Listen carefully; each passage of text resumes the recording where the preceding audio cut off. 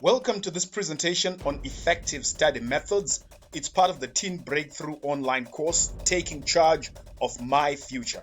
I am Jonah Mungoshe, the Success Coach. When most people talk about effective study methods or study techniques, they concentrate on the mechanics of studying. So in other words, when you study, make sure your notes are organized, make sure you allocate time for it, you have a timetable for study, which is fantastic. The unfortunate part is most of the reasons why students don't study have nothing to do with the mechanics, but have everything to do with the motivation. So the starting point for this discussion is the why. Why do you want to study? If it's not clear to you as a student why you want to study, if it's not important enough to you, then forget about the mechanics.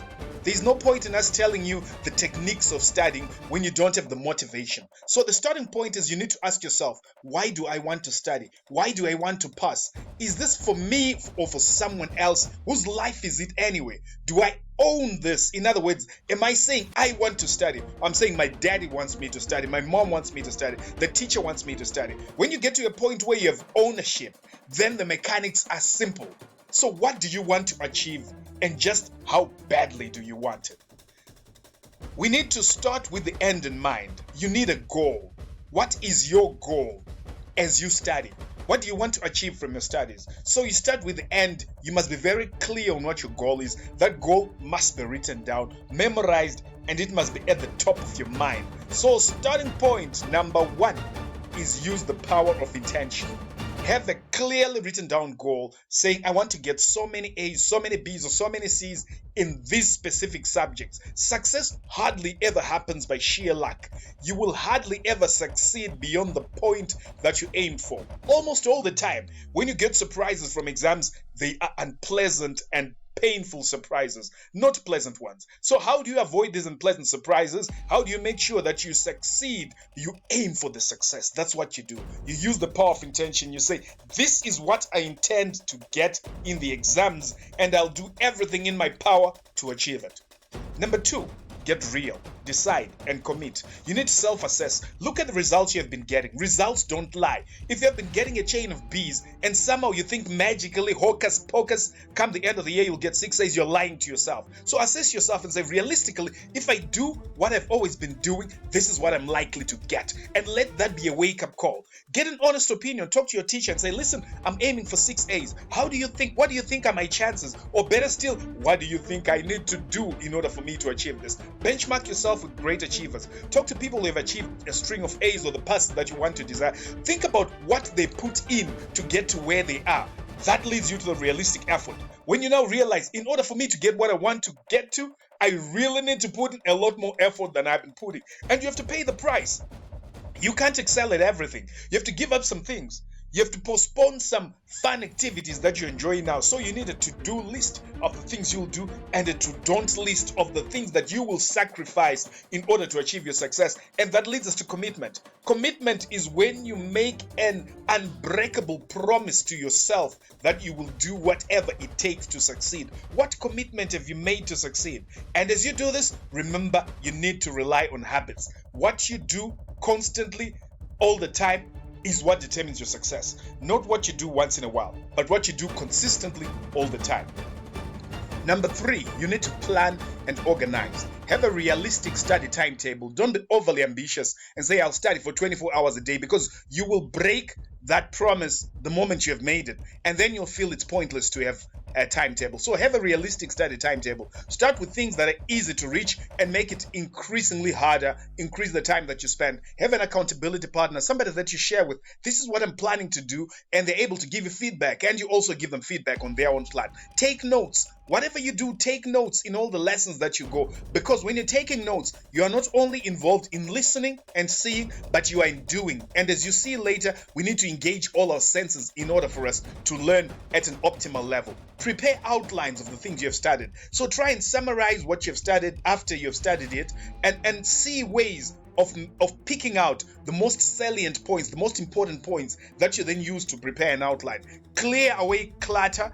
If there's dirt, if there's papers all over the place where you study, make sure you maintain order.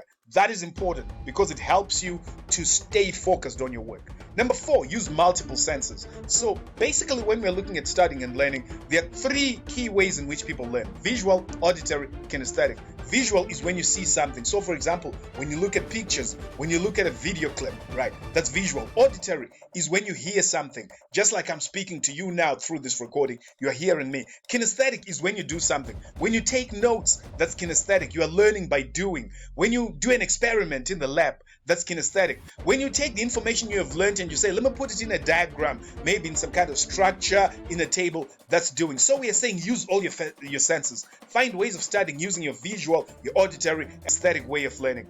Active learning is what we aim for. There's an old Chinese proverb which says, what I hear, I forget. What I see, I remember. What I do, I understand. So aim to engage all your senses. There's some people who record their own voice, play it back when they're learning. Others use pictures and drawings, etc.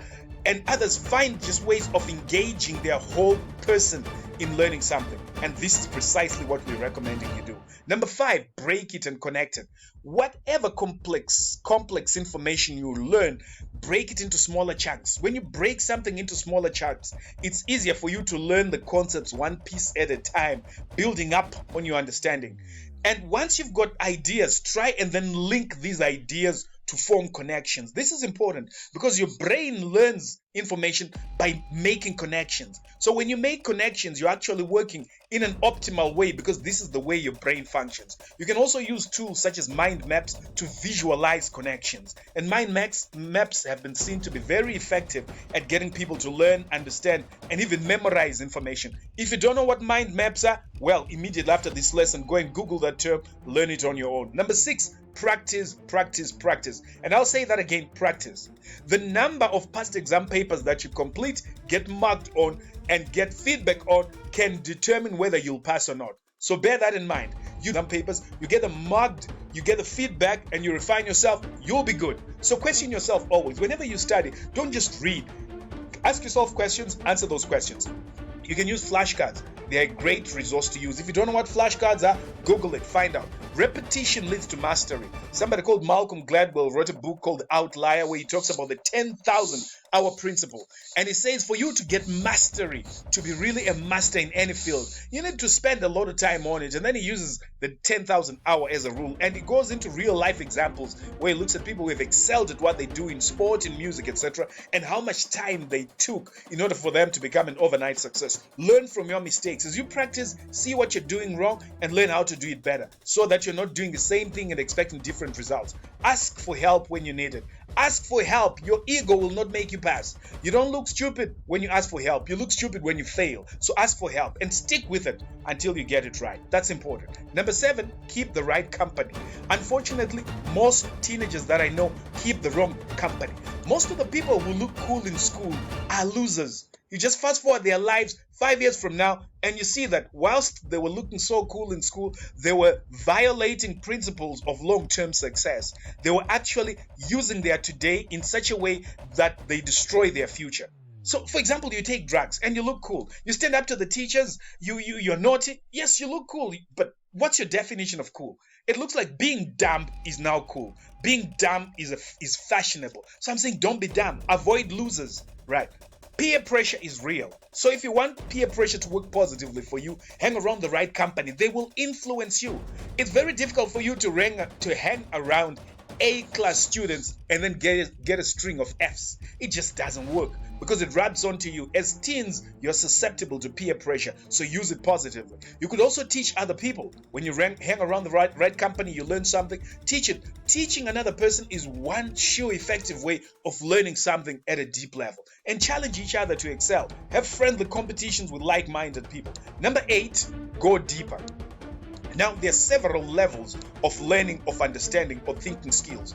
The top level, the surface, is remembering. That's good. You memorize something, you remember it. But if you're really to learn it in such a way that it goes into your long-term memory, you need to understand it. That's the next stage. So don't just remember, understand. But if you want it to be even more deeply embedded in your mind, then you apply it. As you apply it, you're learning it at yet another level. And beyond that, there's analysis. When you now analyze, does this make sense? You compare it maybe to other theories, etc. When you evaluate it, and finally, when you're able to create maybe your own concepts based on on remembering, understanding, applying, analyzing, evaluating, and creating. So think about it. Most of what you know, do you know it just at the surface where you're remembering, or a little bit deeper where you're understanding, or are you going even further to apply, analyze, evaluate, and create? This can make a difference between an A student and a B student. Number 9, take care. You need to take care of yourself. You need to eat well. There are certain foods that work well for your brains. For example, when you eat fish, when you eat eggs, when you eat nuts, all those help you. So eat healthy. In summary, sleep well. Most people need at least 8 hours sleep a night. Make sure you get as much sleep as you can. And then work out. You need to stay healthy. So do some exercises. And lastly, most people ignore this. Feed your mind. Feed your mind with positivity. Don't just take in any crap into your mind, because you know what? No thought lives in your head rent-free. Sooner or later, whatever you allow into your head has an effect on you. So think carefully about what you're reading, what you're putting into your mind, because ultimately it affects who you become. Number 10, yippee, have fun. Enjoy what you do.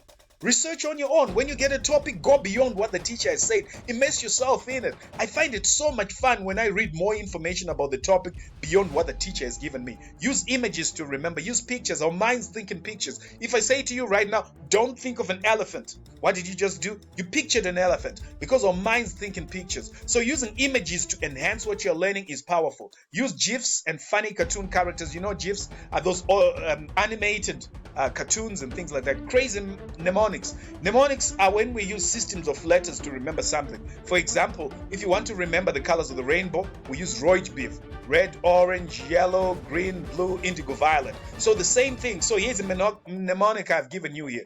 Break it down: repetition, active learning, info search, never give up, giving us the word brain. And you can remember it that way. As part of my studying, I need to break it down. I need to repeat things. I need to learn actively. I need to search for information on my own, and I'll never give up. Celebrate your success, no matter how small. When you've set a task for yourself and you've completed it, give yourself some rewards. Make it fun. This way you'll find that you enjoy rather than endure studying. Number 11, this is the last one, pray. Prayer is powerful. It's you communicating with a higher being.